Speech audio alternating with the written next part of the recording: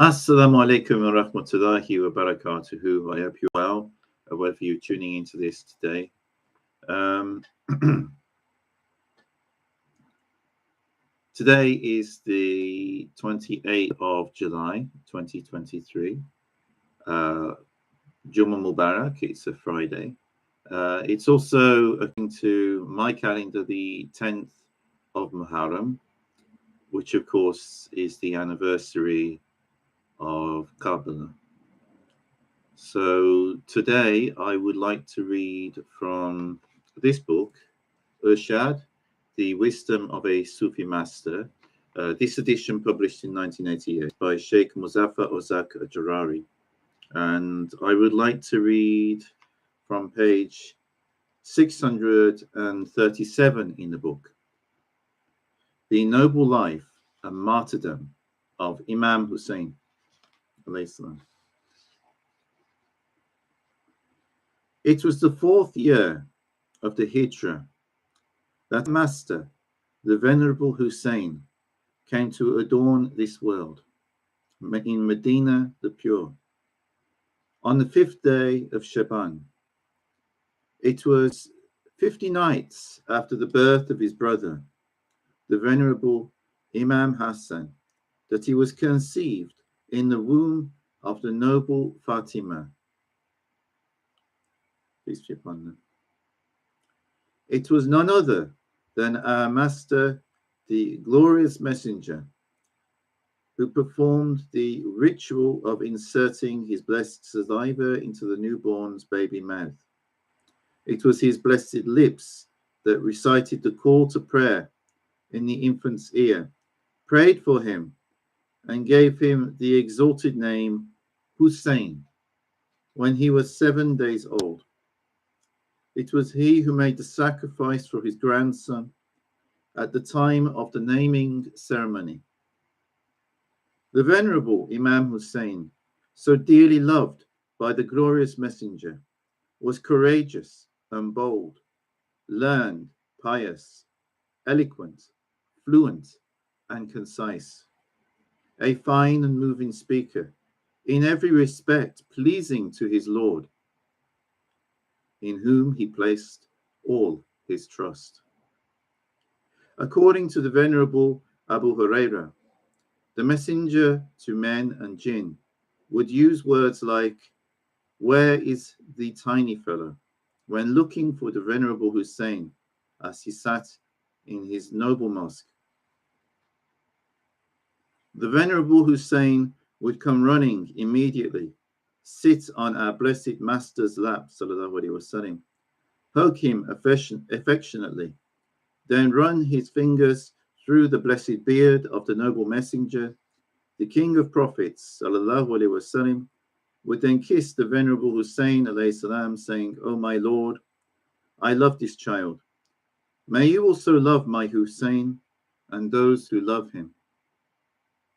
Once after the blessed time of the Prophet, the Venerable Abdullah ibn Umar was sitting in the shade of the honored Kaaba when he saw our master, the Venerable Husayn, approaching.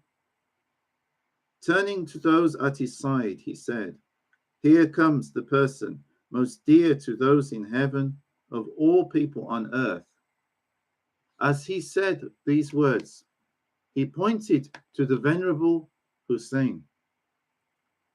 Pressing himself against the honored Kaaba, Imam Husayn communed with Allah, the Lord of glory, saying, "My Lord, you have blessed me with your bounties in abundance, yet you have found me ungrateful. O Lord, you have put me to the test, yet you have found me impatient. In spite of my ingratitude, you have not deprived me. In spite of my impatience, you have not prolonged my hardship. My God, nothing but grace and generosity flows from the all generous."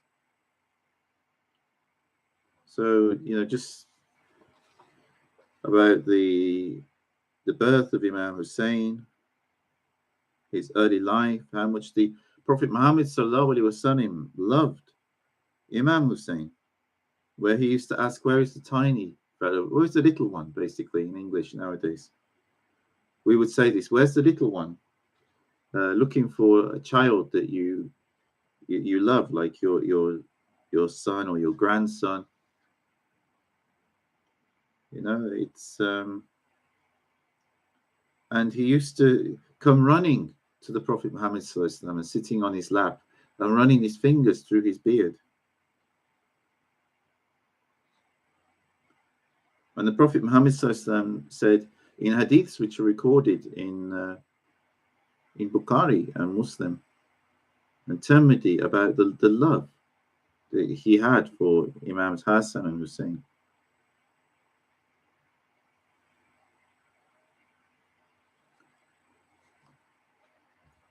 Imam Hussein always accompanied and served his noble father Imam Ali while he was in Medina, the Illumined.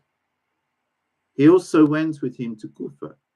He fought alongside his revered father in all his battles and stood by him constantly until his martyrdom. After that, he was with his brother, the Venerable Hassan. After the latter resigned from the caliphate, he returned to Medina, where he stayed until the year 60 of the Hijrah, near the fragrant resting place of his noble grandfather, the final prophet. According to Imam Suyuti, in the year 60, the people of Syria paid homage to Yazid. Yazid the Damned sent men to Medina, the Illumined, to call on the people to pay homage to him also. Imam Hassan ibn Umar and Abdullah ibn Zubayr, may Allah be pleased with them all, refused allegiance to Yazid. Abdullah ibn Umar said, "I shall not pay homage to Yazid as long as there is no general consensus to give him allegiance." That same night, he left Medina and moved to Mecca. Abdullah ibn al-Zubayr would neither pay homage to Yazid himself nor call on other people to do so. As for the venerable Imam Hussein, since he had been appointed heir to the throne by Yazid's father, he was invited by the people of Kufa. The Kufans kept writing letters urging him to come to their city. In spite of the noble Imam neither accepted their in spite of this, the noble Imam neither accepted their invitation nor agreed with the Kufans' line of action. Since homage had been paid to Yazid, he was faced with making a decision either to stay as he was or to respond to the Kufans' invitation. He was finding it impossible to decide where his duty lay. He eventually consulted Ibn Zubayr, who advised him to accept the invitation of the Kufans. The Venerable Ibn Abbas, however, saw things differently. "Beware of accepting the Kufans' invitation, O Imam," he said.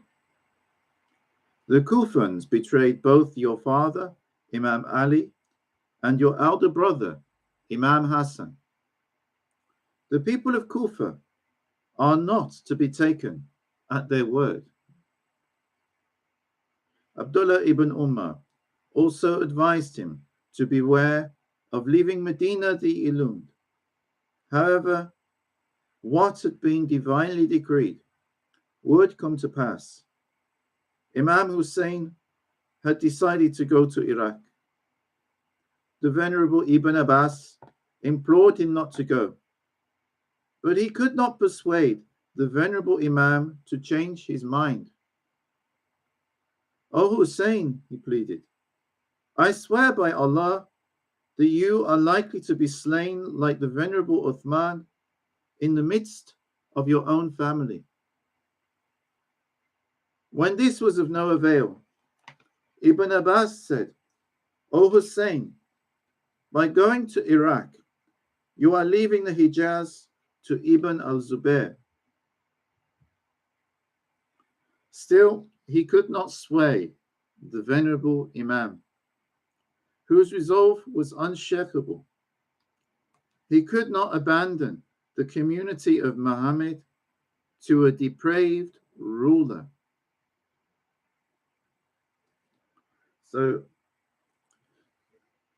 apparently, according to how this account is recorded, many letters were sent to Imam Husayn to come to Kufa and join the Kufans. After lots of people in the region had paid homage to Yazid. But initially, Imam Husayn, he didn't take up the Kufans on their offer and didn't travel to Iraq initially. He was unsure whether that was the right course of action, and he questioned their reasoning. But in the end, upon consulting Ibn Zubayr, he decided to accept the invitation of the Kufans. But Ibn Abbas was warning him not to go because the Kufans didn't stand up for his father, Imam Ali, nor his brother, Imam Hassan. So how could they be relied upon to stand by Imam Husayn? But Imam Husayn's mind had been made up. And he was also concerned that the community and legacy of the Prophet Muhammad had been left to someone who was a depraved ruler and a tyrant. So if there was something he could do, he wanted to do it to make things better. So in the end, Imam Husayn set off for Iraq. As the Sheikh continues, meanwhile, the people of Iraq were sending a stream of couriers with letters of invitation. Finally, on the 10th of Dhul Hijrah, the Venerable Husayn set out from Mecca with his family and retinue and started on the road to Iraq. Several members of the Prophet ﷺ's household traveled with him, the Ahlul Bayt. In reality, the people who invited the Venerable Husayn to Iraq were mischief makers, working for the cause of Yazid. And you see here how even the grandson of the Prophet Muhammad could fall into the trap of mischief makers. You see how strategy works. My colleague Muhammad Abbasi is always talking about strategy and understanding how people can be manipulated.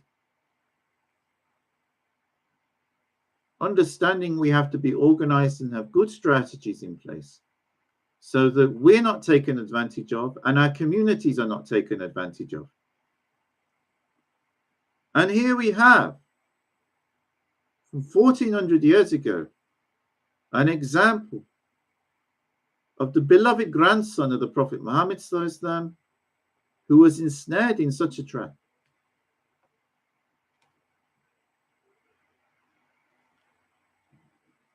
In reality, the people who invited the Venerable Husayn to Iraq were mischief makers, working for the cause of Yazid.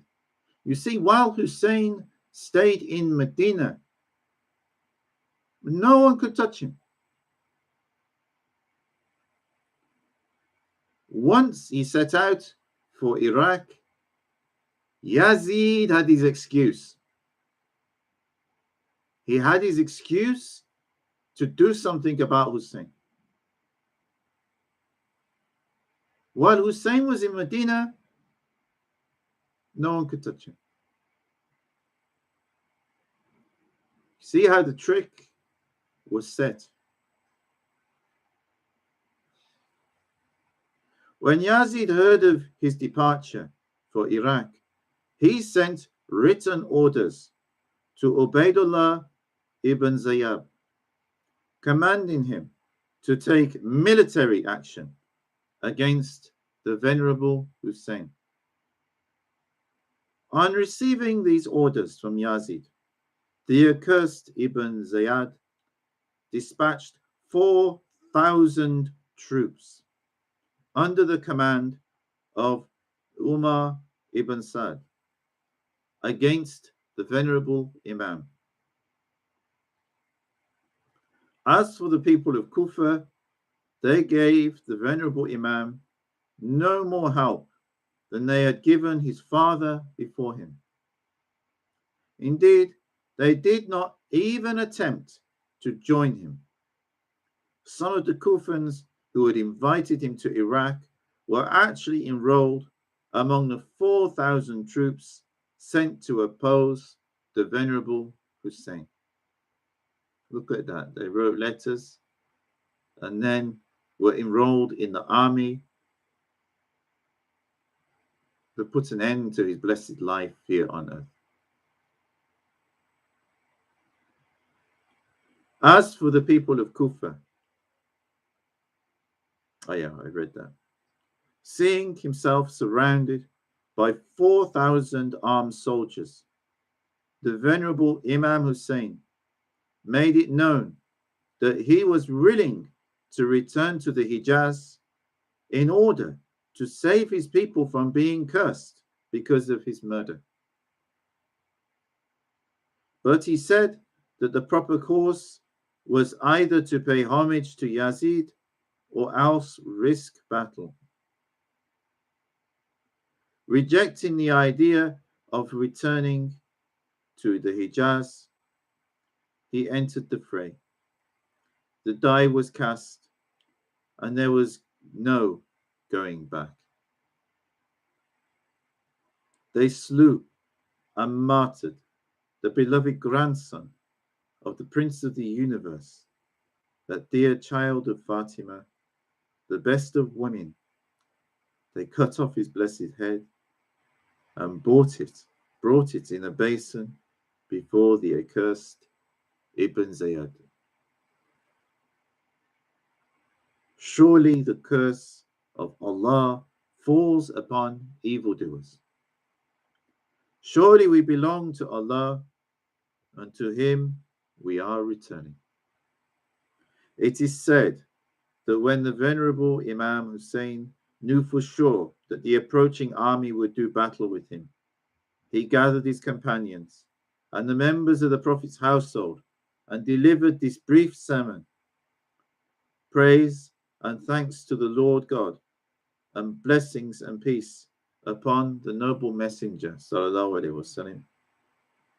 All my companions, relatives, friends, and fellow members of the Prophet's household, you see the state of affairs we have reached.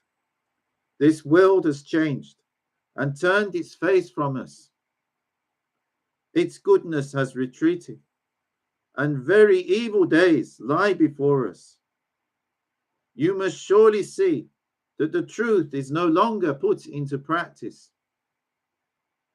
Falsehood is by no means at an end. Let those who are believers desire to meet Allah. For me, there is no doubt that death is a blessing. I count it a crime to live in the company of tyrants. May Allah be pleased with him and make him pleased. His martyrdom occurred on the day of Ashura, the 10th of Muharram of the year 60, at a place in Iraq called Karbala, which lies between Hila and Kufa. Martyred with him on that day were 23 members of his household. These 23 victims came of the pure line of our master, the noble messenger, and were close relatives of the revered Prophet sallallahu alaihi wasallam. Among those martyred were cousins of our blessed master, the children of the venerable Hassan, and the infant children of our messenger, the venerable Husayn, except for his son Zayn al-Abidin. The tears of the ladies of the Prophet's household flowed like the Nile and Euphrates, and their sighs and moans reached the throne on high and made the soul of Fatima, the radiant, weep. They distressed the blessed soul of the Prophet sallallahu alaihi wasallam and threw angels and jinn into mourning. When her noble brother Husayn was martyred, Zainab screamed through her tears at the cruel murderer, "You tyrants, you do not know what you have done, whom you have murdered, and whom you have caused to weep.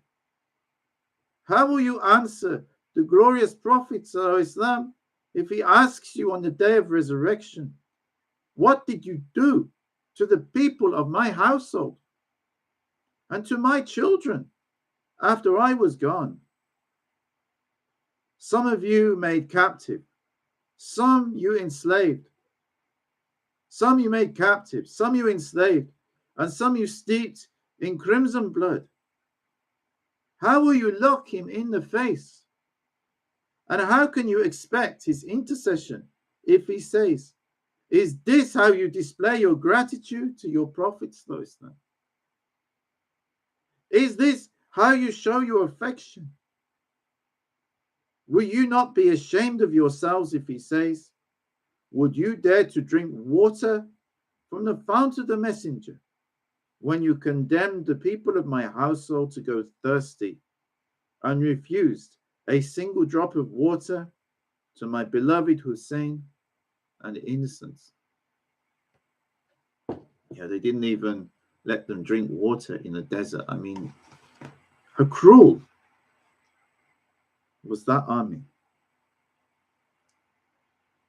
On those roads, in those deserts, throughout those lonely wastes, Houris and Jinn bewail poor Zainab's fate. On the night when Imam Husayn was martyred, our mother Salama, may Allah be pleased with her, dreamt that she saw the most noble messenger looking sorrowful and sad. She asked the reason for his grief and received this reply, "O Salama, they have martyred my Husayn. That is why I am full of sorrow and despair. Such cruelty the turning spheres had never known. The glorious messenger was in despair, there by the Most High throne." The Venerable Ibn Abbas had a vision in the middle of the day in which he saw a blessed master holding a bottle full of blood. "What blood is that, O Messenger of Allah?" The answer came, "This is the blood and tears of my Husayn and the people of my household. I am gathering from the ground the blood and tears they shed this day." The Venerable Ibn Abbas checked the date and found that his vision had occurred on the day when the Venerable Husayn was martyred. Our mother, the Venerable Salama, said, "I heard the jinn weeping and mourning the Venerable Husayn." We should not be surprised to hear that the very jinn wept at the martyrdom of Imam Husayn. All the angels in heaven and earth were weeping, sun, moon, stars, and all the heavenly bodies trembled and made moan for fear of Allah. How beautiful are the words of Sayyid Jalil Shihab al-Din Ahmad ibn Rufai in his elegy for the Venerable Husayn.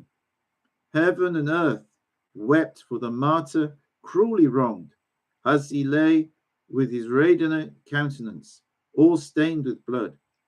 The blessed hands of Imam Husayn, so thirsty when he fell martyr by the sword, were powerful enough to make the oceans flow. While people at the resurrection drink Kawthar's water from Haidar's hand, you lie a thirsty martyr, O Husayn, in Karbala's desert sand. Even as the treacherous Shimmer was pinning him down and preparing to make him a martyr, Imam Husayn addressed these words to the man who refused him water. You made me and my children wander thirsty in these desert wastes. You gave me no water, and I know better than to expect any from you. But at least give my children a drop to drink, so that I may forgive you for the great wrong you have done to us. That brigand's only reply was to say, if earth and sky were full of water, I would not give one drop to you and your children. The venerable Imam Husayn then said to the accursed Shimmer, you have denied me water and refused my children even one drop. But the place of resurrection, we shall not sink to your level by letting you go thirsty. For the owner of Kawthar is my grandfather, and the water bearer of the fountain in paradise is my father. He then quickly kicked the ground, from which a crystal burst forth. Pointing to this water, he said to the accursed Shamir, whose eyes had opened wide in amazement, now you see the quality of our patience. We have only suffered like this in order to teach the community and make them understand that they must be prepared to sacrifice everything they have when they engage in a necessary struggle against the tyrannical and the corrupt. Otherwise, water was at our command. If we had wished, we could have drawn it up and drank it before now. We refrained from doing so, however, in order to set the community of Muhammad sallam, an example of self-sacrifice.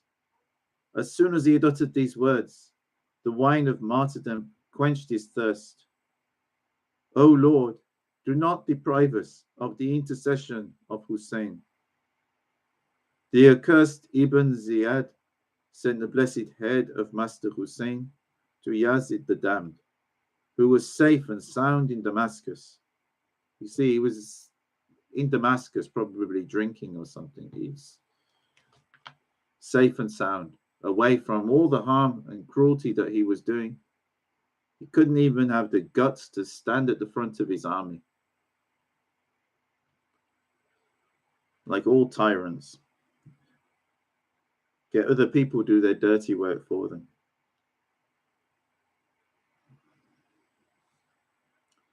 Safe and sound in Damascus, waiting patiently for the fruits of his crime. Also to him were sent Imam Husayn's beloved son, Imam Zain al-Abidin, and sister, the Venerable Zainab. The child and his aunt had been at Karbala that day, but they had been too sick to take part in the fighting and had somehow survived. The ill-famed Yazid stuck that blessed head on a rod in his hand and dared to mock it, carrying his disrespect for the messenger's family to an extreme degree. He appeared enormously pleased with his criminal act, never thinking that he would be damned and cursed till the day of resurrection, not only by all the Muslims, but by all people of good conscience and common sense. Even this did not satisfy Yazid the Damned. He gave orders for the blessed head to be exhibited throughout the lands of Islam. Only when he heard of the discontent expressed by all the Muslims when they heard of the martyrdom of Imam Husayn, did he feel compelled to send the Imam's noble relatives back to Medina in safety. The blessed head of the venerable Husayn was sent to Ascalon, where the local governor had it buried. When Ascalon was captured, much later by the Crusaders, a Fatimid vizier called Salih Talai paid a lot of money to buy the blessed head from them. He received it with great military parade.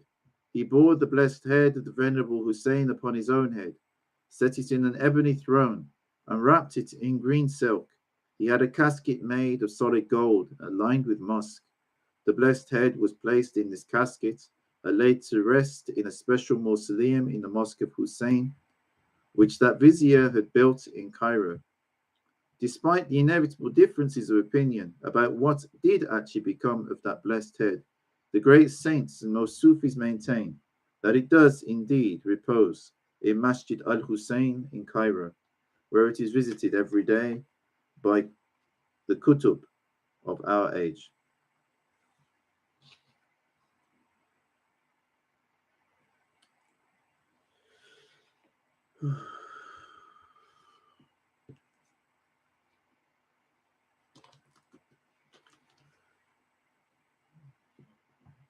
Lost for words after that.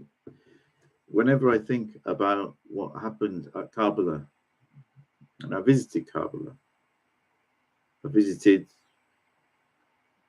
grave of Imam Husayn, I visited the shrines which are there, to the martyrs, and it's deeply distressing to think what was done.